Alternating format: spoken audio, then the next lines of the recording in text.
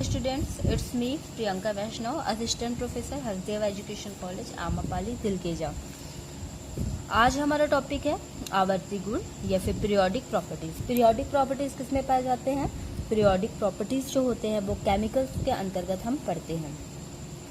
जैसे कि आप लोगों ने साइंस पढ़ा हुआ है तो आपको ये पता है कि इसमें आवर्त सारणी का बहुत ही महत्वपूर्ण योगदान होता है केमिकल्स के डिस्ट्रीब्यूशन में। डिस्ट्रीब्यूशन मीन्स हर एक केमिकल्स की अपनी एक प्रॉपर्टी होती है और उसी के अनुसार उनको हम ग्रुप में डिवाइड करते हैं।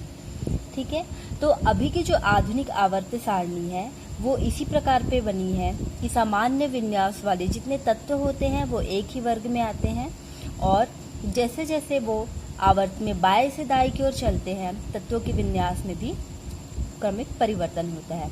और जिस तरीके से वो बाएं से अगर दाएं चल रहे हैं और उनके विन्यास में परिवर्तन होता है तो विन्यास में परिवर्तन होने के साथ साथ तत्वों के गुणों में भी परिवर्तन होता है। ठीक है, अब नेक्स्ट हम देखते हैं।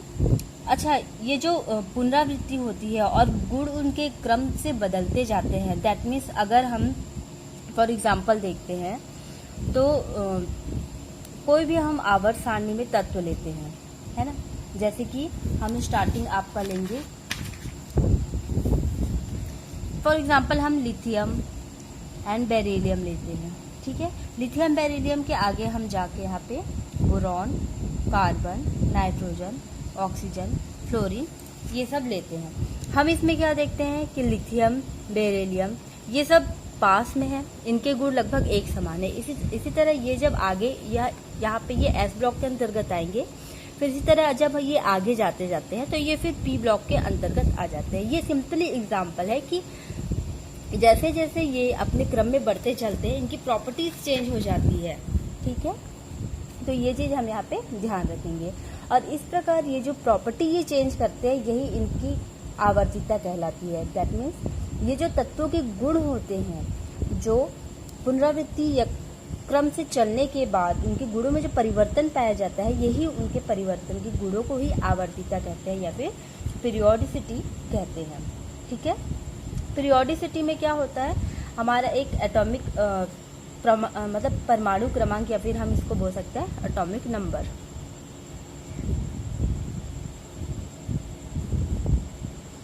इसमें क्या होता है, हर एक केमिकल का या हर एक तत्व का अपना एक एटॉमिक नंबर होता है।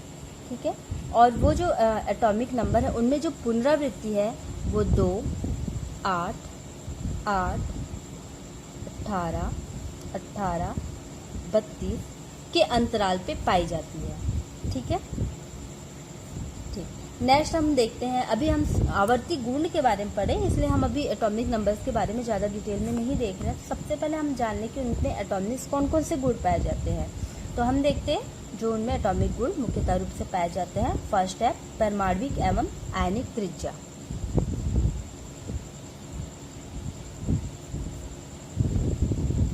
आयनिक त्रिज्या, ठीक है, ये एक गुण होता है जिसको बोलते हैं एटॉमिक रेडियाई या फिर आयनिक रेडियाई।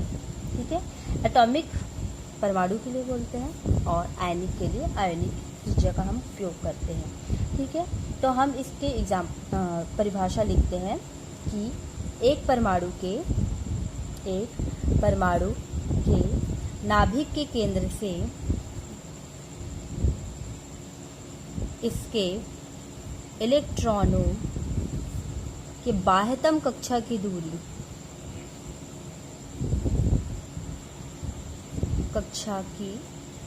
दूरी को परमाणु त्रिज्या कहते हैं।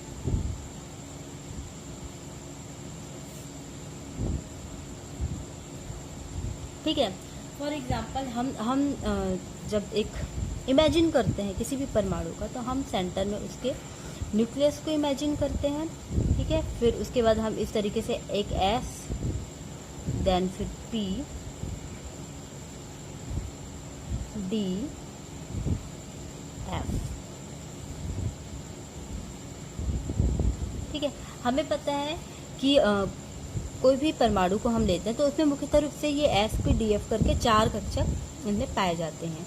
ठीक है, तो ये जो 4 होते हैं एस, पी, डी, एफ, ठीक, तो ये जो नाभिक से लेके यदि वो एस तक की दूरी है ना, तो ये इनकी परमाणु त्रिज्या हो गई। फिर वो P तक की दूरी है तो वो त्रिज्या हुई, D तक की दूरी है, F तक की दूरी। तो इस प्रकार वो दूरी के बेसिस पे जो परमाणु का जो कुल आकार होता है उसको अगर हम इस तरीके से काउंट करते हैं तो ये उसकी कहलाएगी परमाणुविक त्रिज्या।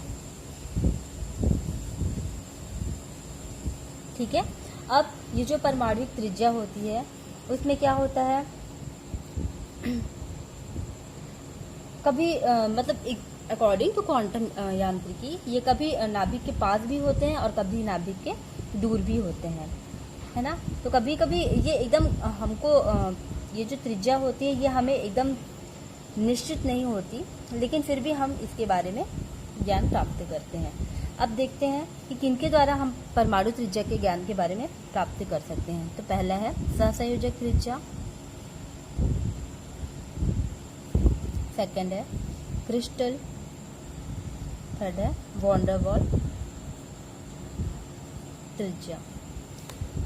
ठीक है, पहला देखते हैं हम सहसंयोजक त्रिज्या में क्या होता है।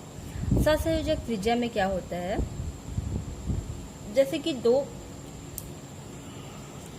परमाणु, आपको पता है दो परमाणु मिलकर एक अणु का निर्माण करते हैं।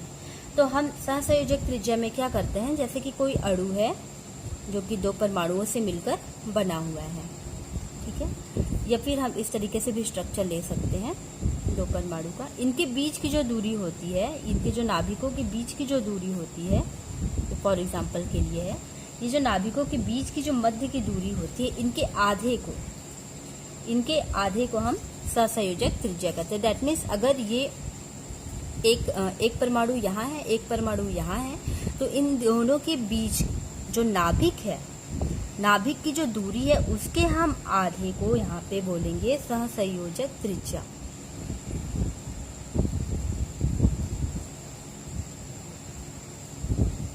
ठीक है, इसके लिए हम एक लिख सकते हैं, सिंपली डेफिनेशन है सहसंयोजक त्रिज्या। लिखिए, एकल बंध द्वारा जुड़े एक ही तत्व के दो परमाणुओं के, एक ही तत्व के दो परमाणुओं के नाभिकों के मध्य दूरी अपॉन 2, सिंपली। ठीक है, फॉर एग्जाम्पल हम एक क्लोरीन का मॉलिक्यूल लेते हैं। ठीक है, क्लोरीन के मॉलिक्यूल में दो क्लोरीन परमाणु हैं। ठीक, इनकी दूरी होती है 1.98, दैट मीन्स इसके नाभिक से लेके एक क्लोरीन के नाभिक से सेकंड क्लोरीन के बीच की जो लेंथ दूरी होती है वो आपकी होगी 1.98, और हम इसे सॉल्व कर रहे हैं अपने फॉर्मूला से, तो 1.98 अपॉन 2। तो यहाँ पे हमारा जो मेन होगा वो होगा 0.99 आर्मस्ट्रॉन्ग। कहने का मतलब ये जो 0.99 आर्मस्ट्रॉन्ग है वो हमारे क्लोरीन जो अणु है उसके लिए हम 1.98 लिए, और सिर्फ क्लोरीन के लिए हमारे 0.99 आर्मस्ट्रॉन्ग इसकी त्रिज्या माना जाएगा। ठीक है, अब इसमें हम नेक्स्ट देखते हैं धात्विक त्रिज्या।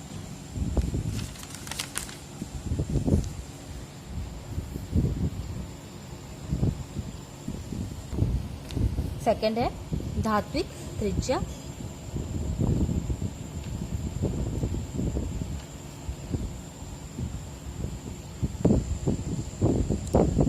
नेक्स्ट है हमारा धात्विक त्रिज्या, या फिर इसे ही हम बोलेंगे क्रिस्टल त्रिज्या।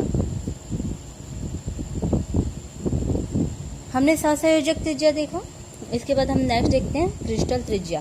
क्रिस्टल त्रिज्या मतलब नाम से समझ आ रहा है, धात्विक त्रिज्या अर्थात जो हम किसी धातु को लेकर जब उसकी त्रिज्या को निकालेंगे तो वहाँ पे होगा क्रिस्टल त्रिज्या या फिर धात्विक त्रिज्या। ठीक है, इसमें क्या होता है, जैसे कि हमने देखा कि क्लोरीन के मॉलिक्यूल में यहाँ पे अतिव्यापन भी हो रहा था सहसंयोजक त्रिज्या में, लेकिन जो धात्विक त्रिज्या है इसमें अतिव्यापन नहीं पाया जाता, बल्कि दो निकटतम आबंधित जो कि बंध बनाने वाले होते हैं उन परमाणुओं के नाभिकों के बीच की दूरी के आधे भाग को परमाणु क्रिस्टल त्रिज्या या फिर धात्विक त्रिज्या कहा जाता है। ठीक है, इसका मान हम प्रायः एक्स किरण या फिर एक्सरे की जो विवर्तन विधि होती है उससे हम ज्ञात करते हैं। फॉर एग्जाम्पल, जब हम कोई ठोस सोडियम मॉलिक्यूल लेते हैं तो ठोस सोडियम मॉलिक्यूल में उनके जो मेन नाभिकों के बीच निकटतम मतलब सोडियम नाभिक के बीच की जो दूरी होती है वो होती है 3.72। ठीक है, अब इसका अगर हम आधा करें तो 1.86 जो आर्मस्ट्रॉन्ग है वो क्या होगी, इनकी क्रिस्टल त्रिज्या होगी। ठीक है, लेकिन कुछ केसेस में क्या होता है कि इनकी जैसे कि आधी होनी चाहिए इस तरीके से आ रहा है ना, लेकिन यहाँ पे एक चीज चेंज होती है, वो ये होती है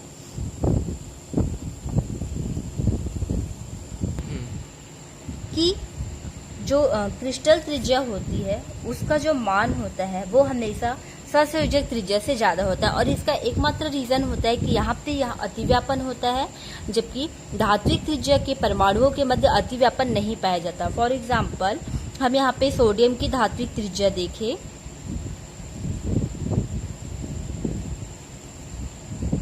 सोडियम की धात्विक त्रिज्या देखने पे हमको मिलता 1.86 आर्मस्ट्रॉन्ग, लेकिन जब हम उसी सोडियम की सहसंयोजक त्रिज्या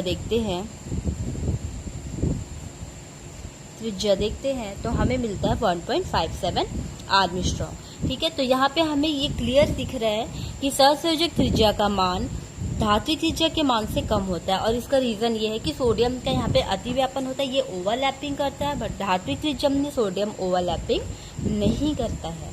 okay, the next point is van der Waals त्रिज्या।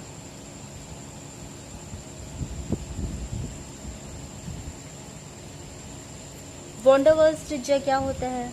ये होता है कि ठोस अवस्था में किसी तत्व के दो निकटतम अणुओं के निकटतम परमाणुओं के नाभिकों के मध्य की दूरी का आधा इस तत्व के परमाणु की वॉन डर वाल्स त्रिज्या कहलाती है। एग्जाम्पल ये है कि जैसे हमने दो अणु लिए, एक यहाँ पे और एक यहाँ पे। ठीक है, ये एक अणु हो गया, ये दूसरा अणु हो गया। अब इन अणुओं के बीच में क्या है, परमाणु है। ये दो परमाणु से मिला है, नंबर 1 परमाणु, नंबर 2, नंबर 1 एंड नंबर 2। अब वॉन डर वाल्स त्रिज्या क्या बोल रही है कि इसका जो नाभिक है, इस परमाणु का नाभिक है और इस जो सेकंड अणु के परमाणु का जो नाभिक है, उनके बीच की जो दूरी होती है, ये उनके जो बीच की दूरी होगी, उनके मध्य की दूरी का आधा। ठीक है, फिर इनका हम आधा ले लेंगे यहाँ से, ये होगा हमारा वॉन डर वाल्स त्रिज्या।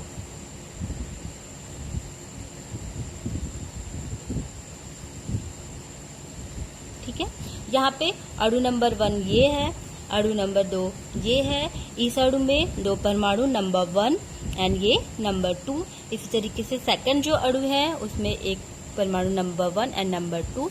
अब हमने देखा कि एक परमाणु यहाँ का लिया, एक परमाणु यहाँ का लिया, इनके जो नाभिक के बीच की दूरी है उसका हमने आधा लिया, और फिर ये आधा और इस नाभिक के बीच की दूरी का जो एरिया है या जो लेंथ है वो हमारी कहलाती है वॉन डर वाल्स त्रिज्या। वॉन डर वाल्स क्या होता है, या वॉन डर वाल्स बल क्या होता है, जहाँ पे एक अणु दूसरे अणु से बहुत दुर्बल बल द्वारा जुड़े होते हैं, यही कहलाता है वॉन डर वाल्स, है ना।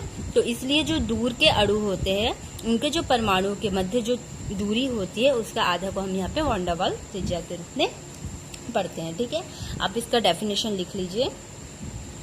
ठोस अवस्था में किसी तत्व के दो निकटतम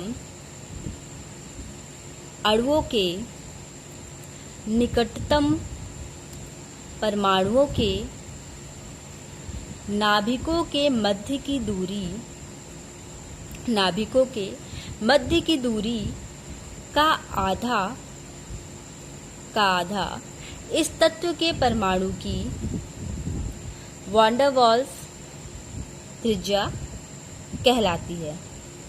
ठीक है, और ये जो होता है वॉन डर वाल्स त्रिज्या, ये भी हम एक्स किरण या फिर एक्सरे विवर्तन विधि से ज्ञात करते हैं। ओके, इससे पहले हमने देखा था कि धात्विक त्रिज्या में भी हम इसी विधि से ज्ञात करते हैं।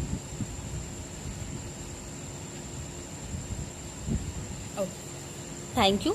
ये आज का हमारा टॉपिक इतना कवर हो गया। नेक्स्ट के लिए कल देखते हैं। Thank you.